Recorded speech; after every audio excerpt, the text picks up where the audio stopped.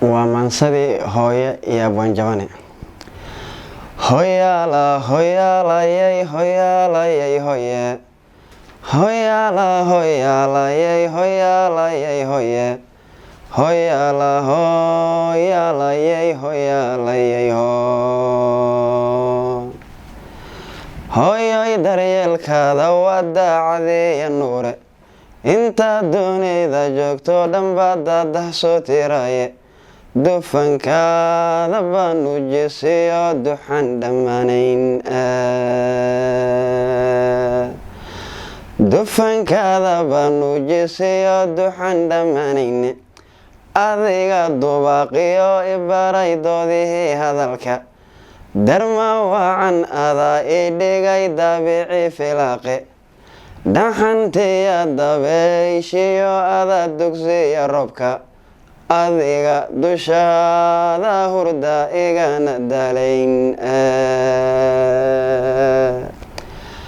Adiga dushaada hurda igana daalayn, dambarcana dhay karuur daris la soo feenay, hilib duban digaag shiilan iyo dobi iyo caano, ducadaada ruuxii hela wuu dargaalayaye, daaqilkii firdowsiyo janno lagu dakhulaa.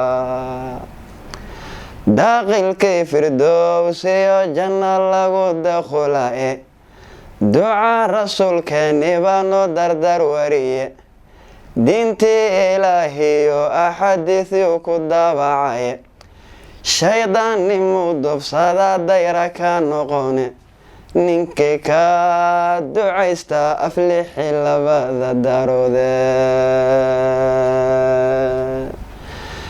Ninkii ka ducaysta aflixi labada daaroode, daal badan adoo qaba misana cudur la difaysan, dusha biyaad ku soo dhaamisa oo dogsin lagu keenay, hooyoy daryeelka maxaa dayaacay diiday, yo daymoon asagii dartay daqara ku gaaray, adiga darduuraba iyiri dacalka ii saaray. Adiga darduuraba iyiri dacalka ii saaray, adoo gaaja daran qaba misana on la duubayoobay, shalay iyo daraad iyo adoo dibinta aan luudin, maxaa dayma ii raadiso dariska ii tugtay, daryeelkayga awgii maxay daana kuugu gartay.